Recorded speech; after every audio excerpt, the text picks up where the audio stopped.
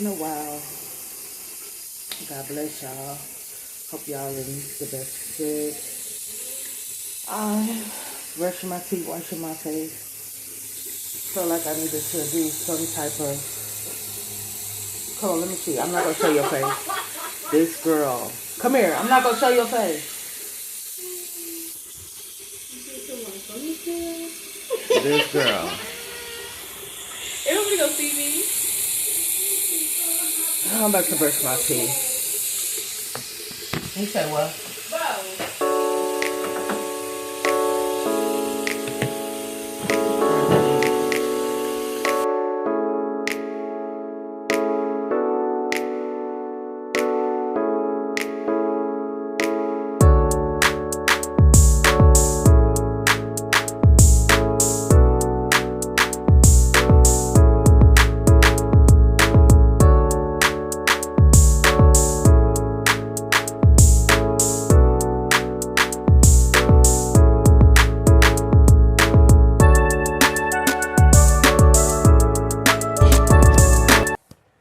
Alright.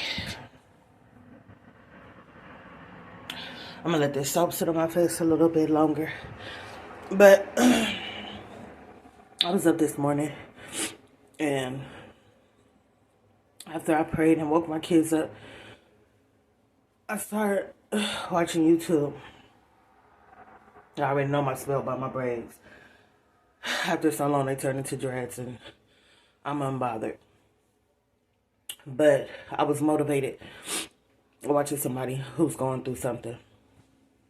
And through going through what they're going through, every day they present content. And I've been depressed for these last couple of months. I take a step forward, then I get pulled back, or I'm just stuck, just stagnant, no progression.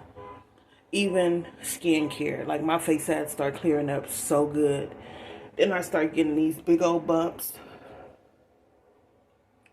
And so I said I won't go bust no bumps no more, and I tried not to.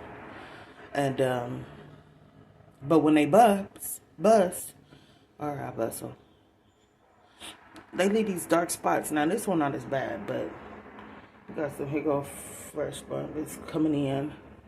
One over here, I couldn't help it. I had to squeeze it.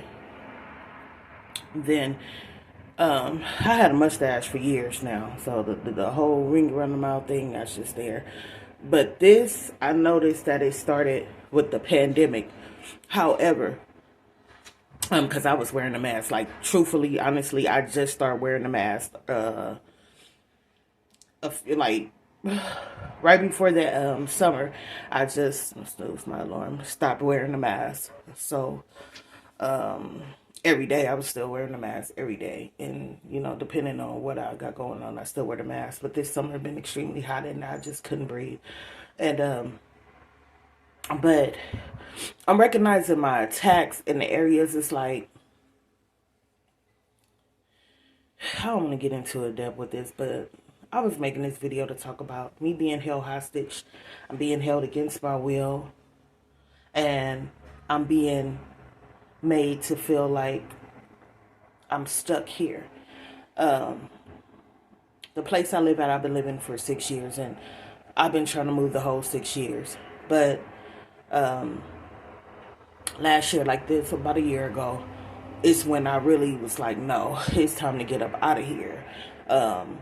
And there was things going on. I know I mentioned it before, but I receive assistance from Section 8. And I'm not going to just talk about the program. Like, it's definitely beneficial and it's helpful.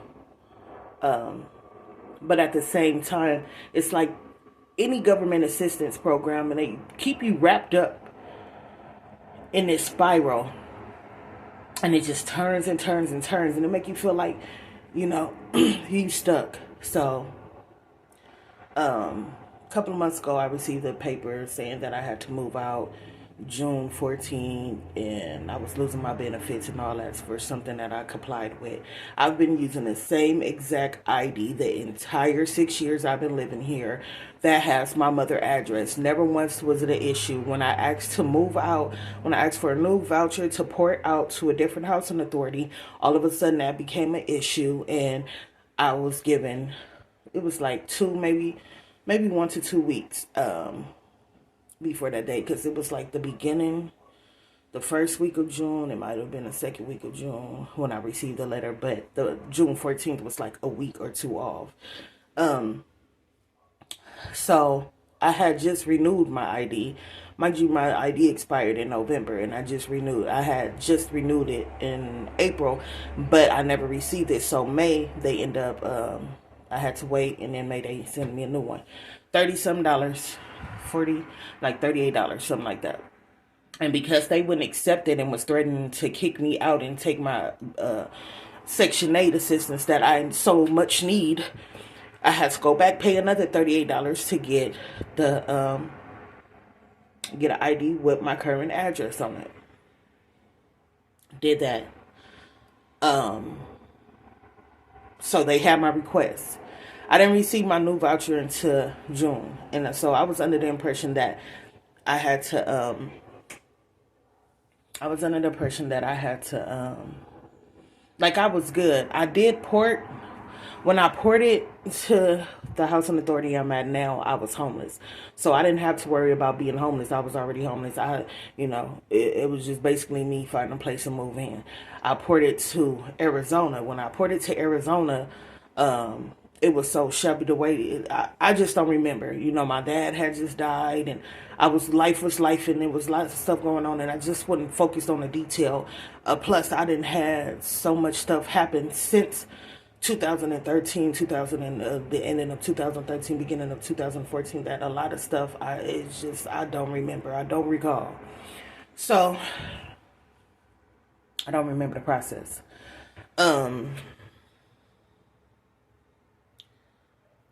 So my whole thing was avoiding being homeless, securing a place, avoid being homeless, securing a place, and not losing my Section 8 assistance. So I've been in communication with property owners, property management, and everything. I thought I was on a roll. I'm like, oh, boom. They like, let me see your voucher. Send them the voucher. Oh, we need the current voucher. It's not the one we need. We need the one for the new housing authority. Nobody gave me no information. Once I received the voucher, I'm just like, oh, my son texted me. I'm like, oh yeah, it's time for me to go. I'm up out of here. Boom. So that's not how that worked. September 3rd, I submitted the proper documents, my little spill on wanting to move to a different housing authority. Thought I was in the clear. I received I might insert the clips of the screenshots. I received a couple of automated messages. Boom, that was that. This Monday, what's today? 18th, Wednesday. So the 16th, I think. So the 16th, I finally sent an email that got somebody's attention, and they respond. And so when they responded, the person was like, they have not received my request to move. Furthermore, they cannot take it directly from me. My advisor have to send it. This is nothing I was never told. They suggested I watch the the video. I did watch the YouTube video of the man repeating the same thing over and over and over. And I didn't see that part. It didn't say that part. And then when I send them the proof that something is not what they say it is, they want to send me something. That's why I press the issue on reading the fine print, because it be them small details that they try to make it seem like you missed it.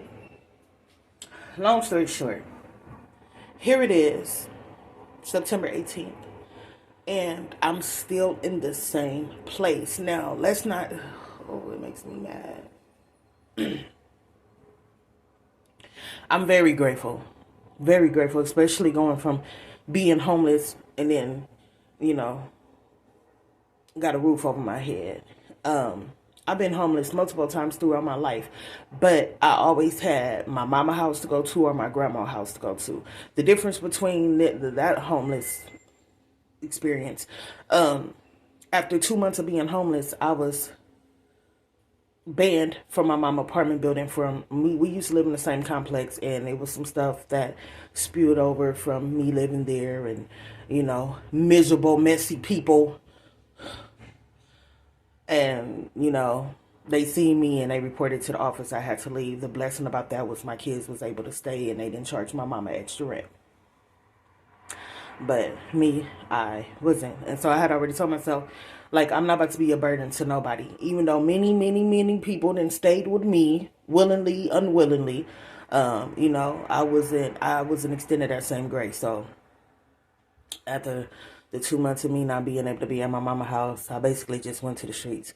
And I had already said before that, like, I'm like, oh, my daddy, rest in peace. If I can't stay with my mama, I'm just be in the street homeless. And I got what I got.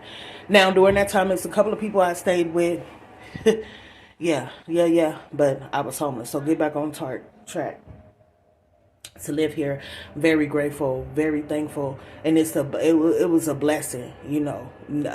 Not a desirable neighborhood, not a desirable dwelling space. The energy around here is very upped. Yeah, but been tolerating and been dealing with it for 6 years. Now my kids is older. We need more space and all that type of stuff, and I want to move. And so it's like not only like everything is happening at one time. I'm in school, my kids in school. We all do online school, so that's something. Speaking of online school, I gotta go because it's time to log in.